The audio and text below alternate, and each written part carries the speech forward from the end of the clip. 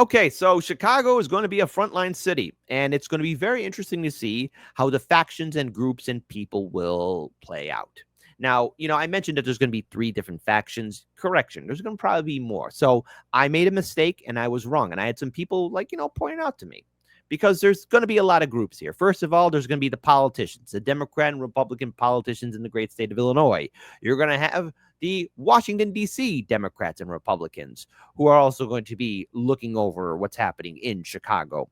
You're going to have all the activist groups and organizations, those that are for welcoming the Trump administration bringing in the National Guard, reservists, and other federal agents into our city, and those who will be against it. And then you're going to have the vast majority of scared, confused, neutral Chicagoans who really just want to go on with their lives and try and live in peace. And eventually, if things continue to get spicy and heat up, this city will... Everyone's going to be playing the game, whether you want to or not. It's like that episode of The Simpsons for the Treehouse of Horror where Bart becomes a vampire and he's telling Lisa, it's not like you got a choice here. And it's not like you got a choice here not to choose a side. And you're going to have to choose a side. And I'm choosing my side. You know what my side is? I'm for the people of Chicago. Arrest the politicians. I don't trust the two-party system. I'm on my own side. And I think I speak for a vast majority of Chicagoans. All these politicians playing these games and all these activists and organizers are all fueling the great divide and helping the great machine roll over us. Expecting these politicians to do their job for us is a fool's dream. They don't care. It's all about bonus points and making everybody else look better. Chicago's falling apart. There's lead in our drinking water. Our infrastructure is falling apart. Our local politicians don't give a damn, and our federal politicians don't give a damn. And yet there's going to be regular people thinking and going to their sides and thinking, oh, you're going to defend me. No, we got to defend ourselves. Mutual aid, community outreach, and actually policing our own and building up ourselves up. Rebuilding our communities, investing in our communities. And let's say, the GOP actually gains a foothold in the city of Chicago. You think it's going to change the machine?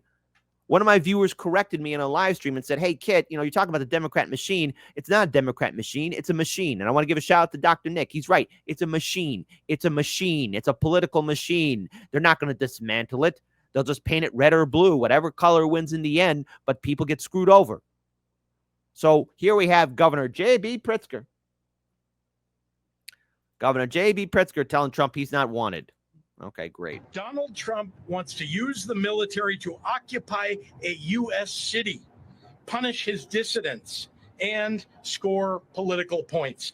If this were happening in any other country, we would have no trouble calling it what it is, a dangerous power grab. Look at the people assembled before you today, behind me. This is a full cross-section. Uh-huh. Yes. Oh, wow. Every single politician there. What a wonderful group of villainy. All our favorite, fantastic politicians. Of Chicago's leaders from the business world, the faith community, law enforcement, education, community organizations, and more. We sometimes... Right off the bat, as the camera zooms out, I get more disappointed. I'm seeing all of them. Ugh. Look at all of them. You got Brandon Johnson. He's going to be a one-term mayor. You got J.B. Pritzker. Oh. We even got Dick Durbin there. Good to see you there, Dick. Anything to add to the conversation, Dick? What do you want to say to the people, Dick? Do you want to add anything, Dick? Disagree on how to effectively solve the many challenges that our state and our city. Now, we don't know that, Dr. Nick. We don't know if he's having... Come on. That's a rumor. That's an alleged rumor. That's not fair. Face on a daily basis. But today we are standing here united in public, in front of the cameras, unafraid to tell the president that his proposed actions... Dr. Nick, I saw you in the chat. Be nice. Just because you're on kick doesn't mean you go ham wild. ...will make our jobs harder and the lives of our residents worse. Earlier today in the Oval Office, Donald Trump looked at the assembled cameras and asked for me personally to say, Mr. President, can you do us the honor of protecting our city? Instead, I say, Mr. President, do not come to Chicago. Wait, say again. Come to Chicago. Instead, I say, Mr. President, do not come to Chicago. Instead, I say, Mr. President, do not come to Chicago. Instead, I say, Mr. President, do not come to Chicago.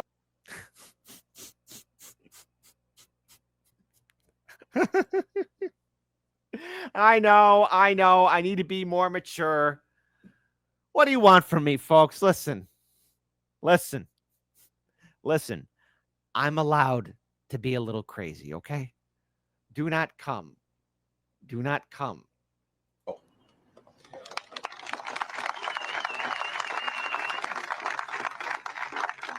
You are neither wanted here nor needed here.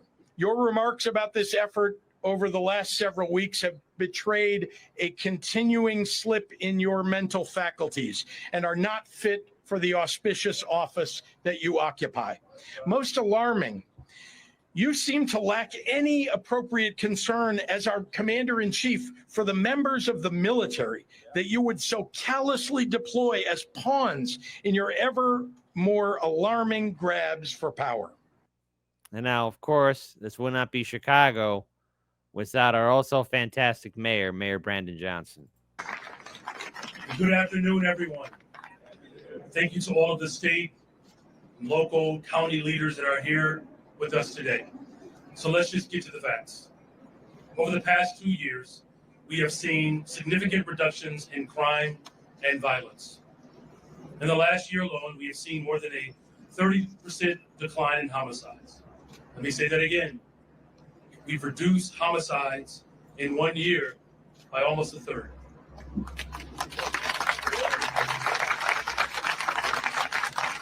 We've launched a robberies task force with the Chicago Police Department, effectively reducing robberies by almost 35%. We've worked closely with CPD to restructure the Detectives Bureau to bring the clearance rate up to 76%. It's the highest we've seen in more than a decade. We've worked with the Chicago Police Department and our Community Violence Intervention, CVI partners, to reduce shootings by almost 40%. Almost 40%. We've done that in 1 year. This is significant progress, and it's historic progress. But, Mr. Mayor, the problem is that process can be reversed as the city is facing a $1.1 billion deficit. You are mayor 6.6%. You have a 6.6 approval rating. Your approval ratings are abysmal. The whole city hates you. All right. Now, look, again, to anybody who wants to have me on their show to talk about Chicago politics, let me be extremely clear, crystal clear, sound clear. Okay. And I hope you're hearing this. This mayor is more universally hated than Lightfoot. And Lightfoot was hated a lot. Voted in with a bang, but ended in with a whimper because she lost her primary. Now, Mayor Brandon Johnson has not only led this city into financial insecurity, but those numbers could get the Uno reverse card and go up, up, up, up, up, as there's going to be more job loss, more people being evicted from their homes, apartments being shut down, small businesses being shut down, infrastructure falling apart. What's that going to lead to?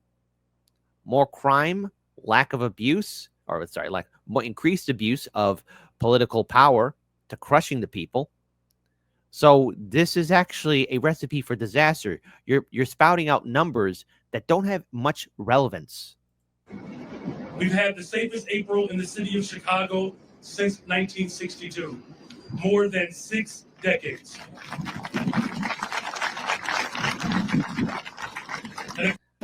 Lawrence, everyone in the chat, be nice. Lawrence Fine, Dick and Johnson. I see what you did there. Lawrence Fine, get up, go see the White House counselor right the hell now. Go. Go. Go right now.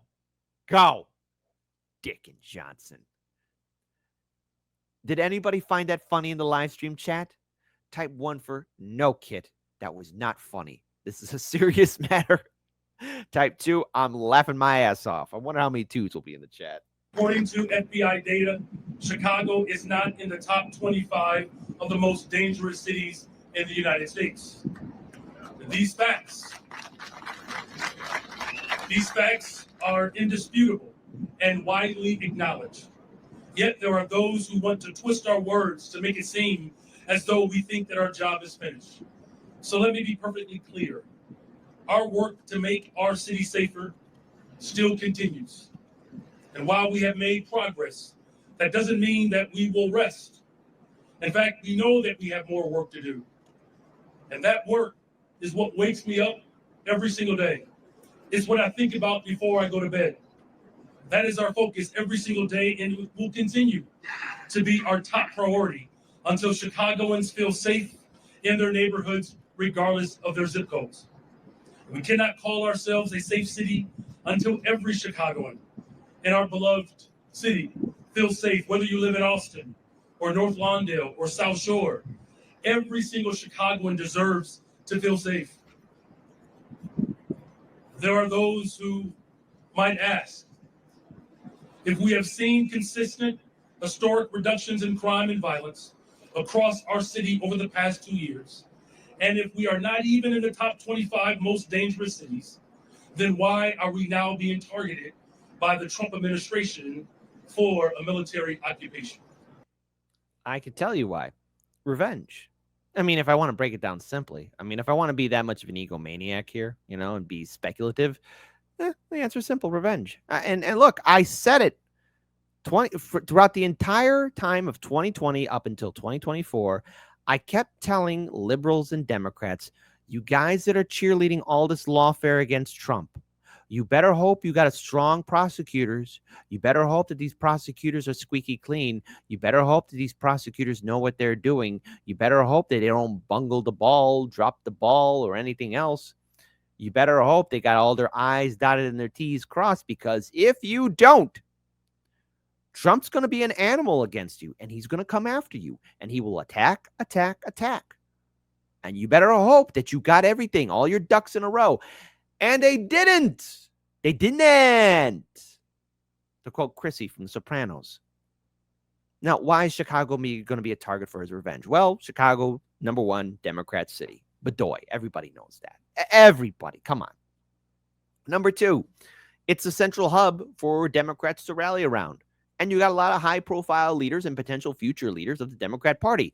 Most notably, this is going to be Trump's big test because, let's face it, I know there's all this concern about Trump running again for a third term or not stepping down from power. Well, okay. There's that big question in the air. Whatever happens, don't worry. It's not the first time. The ancient Romans went through it, and they turned out to be just fine. Oops. And look, I do take that seriously, okay? It's just like, folks, at this point, all this outrage. But let's say 2028 is going to be a regular election year like any other election year. Who do the Democrats have pegged as one of their power players? None other than J.B. Pritzker. So this is Trump's early preemptive attack on J.B. Pritzker. Not on Brandon Johnson. Brandon Johnson's done. Brandon Johnson's done for. His career, if he gets reelected, I'll be surprised. I will be truly surprised. But as for Pritzker, this is going to be his challenge. And yes, it's going to be a challenge to everyone else in the Democrat Party. Trump was able to do what he wanted to do in D.C. Nope. AOC and her fantastic friends, what did they do? Nothing. Anybody really condemn him or do it? No, didn't stop him. But Trump's big test will be Chicago. And if he's making all these promises, bringing in the National Guard, reservists, federal agents, FBI, DOJ, all of this, then it's a direct challenge to Pritzker. And how Pritzker moves and plays will call into question of whether or not he will be a power player in the 2028 Democrat primary. I know. We are being targeted because of what and who we represent. Chicago is known as a working class city. And Flex Diggs asking a question. Kid, how about the billions stolen in COVID money? Can we get an audit? They want to chase you down for $5 on PayPal. Flex Dig, you brilliant, smart man, but you made a silly statement. You're expecting there to be an audit. You know something? I'm going to post an old video from Hardlands Media way back in 2020 that got about 50,000 views on it, and about how votes disappear. I'll repost it again on the Hardlands Media X account. But I also want everyone to remember something else here too, okay? Because about votes and audits, like that's not going to happen. There's not going to be any accountability in Chicago when it comes down to Chicago politics, which is why I challenge Donald Trump, Barron Trump. Hey, listen, you have a chance you watch the show. Tell your dad before he starts going on the corners, going after the gang members, you need to go ahead and arrest City Hall. Okay? FBI, DOJ, come on. You know what you got to, I'm pretty sure you got a whole dossier and files on all these aldermen and politicians. Arrest them. That's where it needs to happen. But yeah, but they will chase you down for $5 on PayPal. Getting an audit from these politicians, good luck. A snowflake has a better chance surviving Vulcan's Forge than, than an audit actually happening. And again, just an example about Chicago politics. In 2018, I remember watching the TYT midterm coverage, right? And when Jimmy Dore was still on it, and Jank and Jimmy were watching I think it was for the 3rd Congressional District, and the progressive candidate at the time was winning. And then all of a sudden their votes disappeared, and Jank made this shocked face like, what happened to all their votes? And Jimmy just nonchalantly says, oh yeah, that happens a lot in Chicago. All right, it's not exactly verbatim, but Jimmy was like, yeah, that happens. That happens. Well done, Flex Dig. Your heart's in the right spot. That's why I'm glad you're a viewer for Hard Lens Media. Well done. Well done. Well done indeed. We are the birthplace of the labor movement, and we will always be a union town. But we're also a diverse city. Black and Latinx, Asian, Indigenous, and whites. We are a city with vibrant neighborhoods that represent every single nationality and every immigrant community from around the world, with more than 40 different language groups that are spoken in homes across Chicago. And we are a progressive city. We believe in investing in people. We believe in standing up for the most vulnerable among us. We believe that the solution to homelessness is not the National Guard. Interesting. Hey guys, do you want to hear a funny story? In 2024, gee, Kit, that was last year. The DNC convention happened in Chicago. Well, no duh, Kit, that happened. Chicago wanted the city to look good for the Democrats. Well, duh, that happens, Kit. Get to your point. Brandon Johnson's administration removed all the homeless people around the United Center and anywhere else in the subsequent areas, thus adding more panic and more instability in a lot of the homeless shelters in the city of Chicago. Interesting that he says it. These politicians, it's the pot calling the kettle black. Oh, yeah. Oh, yeah. And you know what? We actually did a story on that. Isn't that funny? It's funny. Bunch of hypocrites. But it is housing. Building affordable housing across American cities should be our top priority. We believe that the solution to immigration is not to separate families and throw grandmothers into the back of vans with unmarked vans and masked individuals. The solution is comprehensive immigration reform that allows... It's interesting he's talking about masked individuals and unmarked vans and everything else. Did we ever really answer the question about the black sites? Kit, what are the black sites?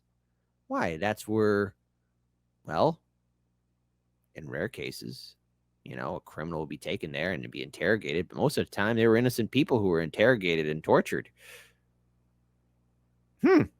Gee. If I see an activist saying, oh, yeah, we're going to stand behind Brandon Johnson and Pritzker because they're going to fight for us against Trump, I look at you like a moron. Anyone who wishes to come to our city or our country, if they want to work, they should have a pathway to citizenship. We believe that the solution to poverty is not incarceration, it's investment. Instead of declaring war on the poor, we should remember Lyndon B. Johnson's vision for a greater society that declares war on poverty. And we believe that you don't solve crime by sending in the military. You work every day towards constitutional policing and rebuilding trust between law enforcement and residents. You solve crimes and bring closure to victims when we ensure that our detectives division have all the tools that they need. You solve crimes and you bring closure to victims when we hold people accountable, of course, but we have to do it constitutionally. Due process, after all, is still a right for every single person in this country. That's how we reduce crime. So we are being targeted because of who we are as a city more than anything else. We are a shining example of what happens when working people stand together. The last thing that Chicagoans want is someone from the outside of our city who doesn't know our city try to dictate and tell us what our city needs. As the mayor of this city, I can tell you. Now, look, let me be clear here, folks. There's a massive amount of instability in Chicago. The sanctuary city project that a lot of these Chicagoans and activists fought for.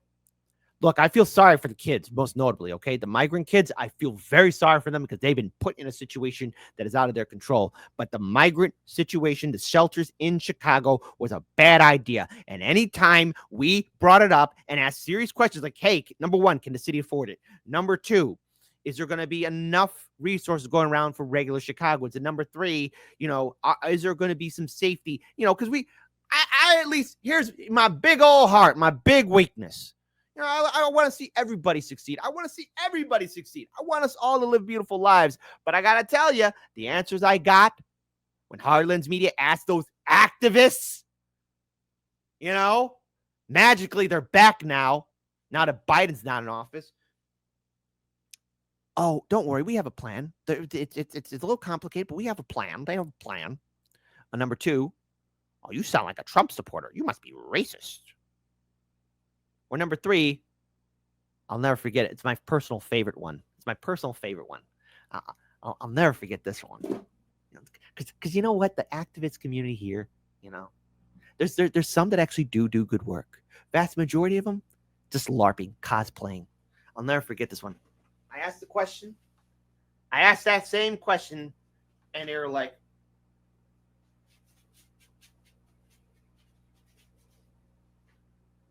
turn it around. I've seen the activist community fight here in Chicago. The La Resistance. You suckers show me shite. Just throwing it out there. That Chicagoans are not calling for a military occupation. They are calling for the same thing that we've been calling for some time, and that's investment. What safe cities across... Yes, by the way, I did see Dick Durbin cover his head because he's tired of Brandon's BS too. Yeah. Brandon Johnson's going to be a one-term mayor. America all have in common, they invest in people, and that's what we're doing in Chicago. We need the federal resources to make sure that we're building more affordable housing, expanding mental and behavioral health care, education, all of these things that could reduce crime and provide real community safety. Instead of spending hundreds of millions of dollars for a publicity stunt to invoke chaos and terror, the federal government should spend that money on proven solutions to crime and violence reduction. We cannot incarcerate our way out of violence. We've already tried that, and we've ended up with the largest prison population in the world without solving the problems of crime and violence. The addiction on jails and incarceration in this country, we have moved past that. It is racist, it is immoral, it is unholy, and it is not the way to drive violence down. I've seen the Cook County prisons, man.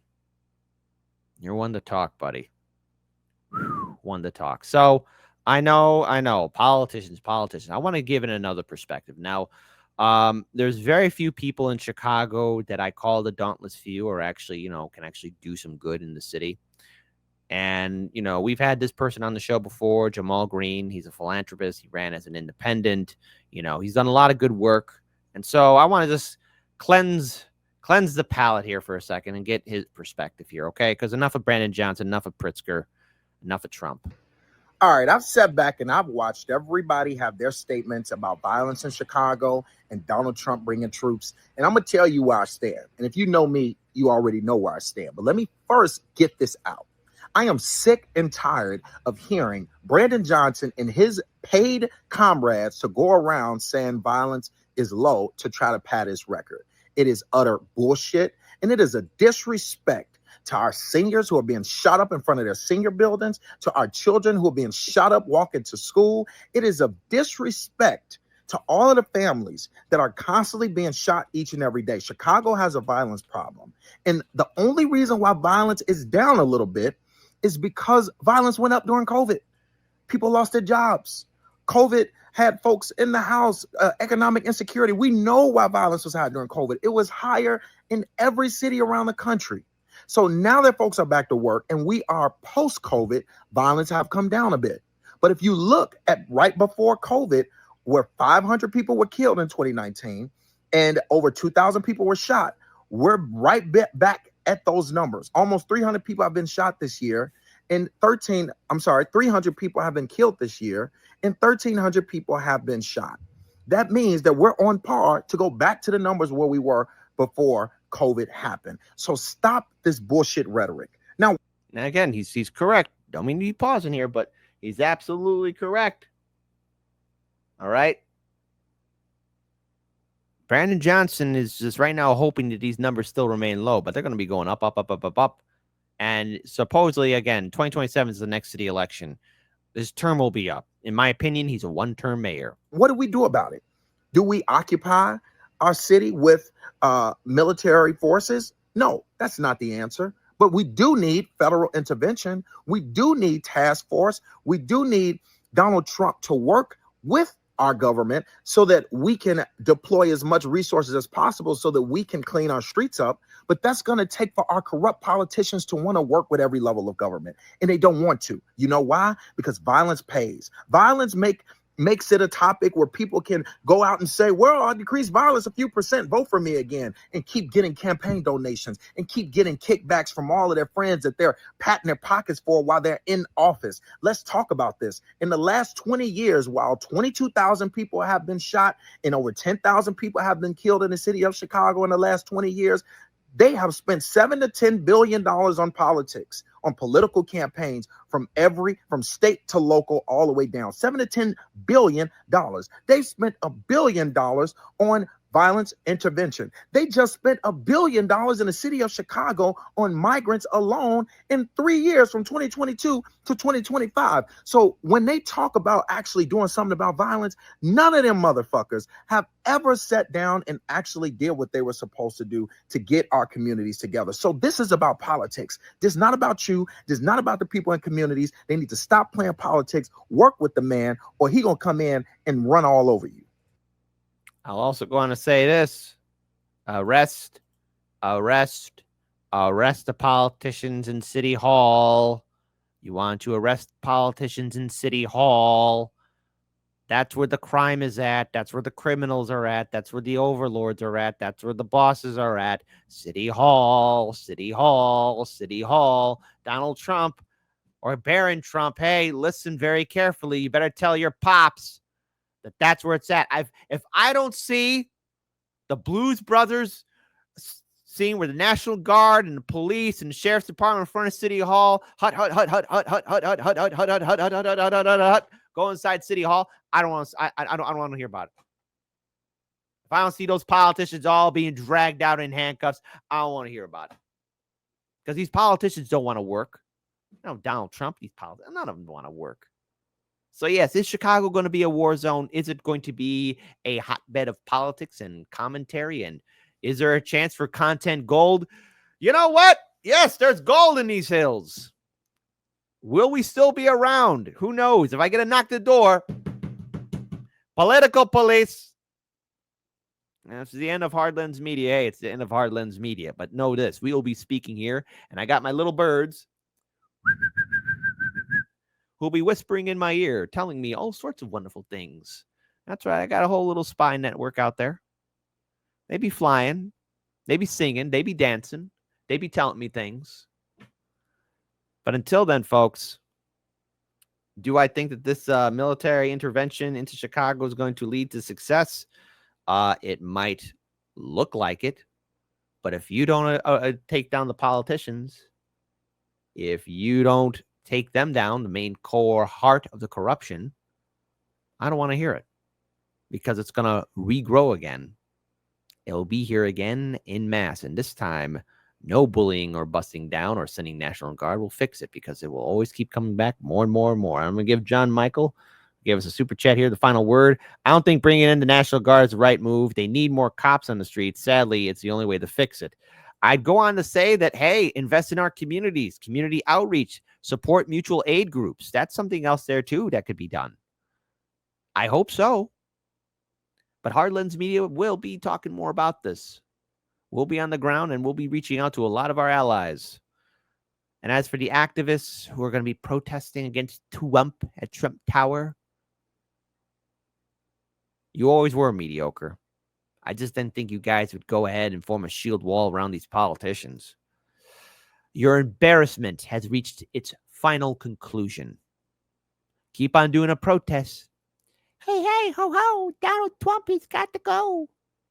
Bunch of losers. Mediocre is what they were. Now listen, covered them for a long time. That's the resistance. Save the embarrassment. Don't be seen with them.